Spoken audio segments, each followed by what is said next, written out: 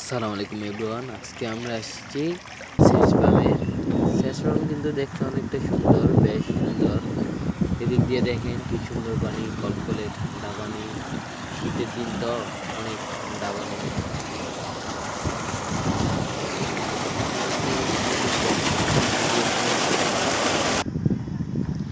এই ক্ষেতগুলাতে পানি দিবে সেচ পাম্প দিয়ে। জ্বালা তুলতেছে, ধান ক্ষেত লাগাবে। নদীর পাড়ে তো অনেক সুন্দর, তো তাই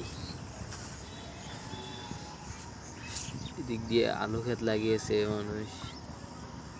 আলু অনেক সুন্দর।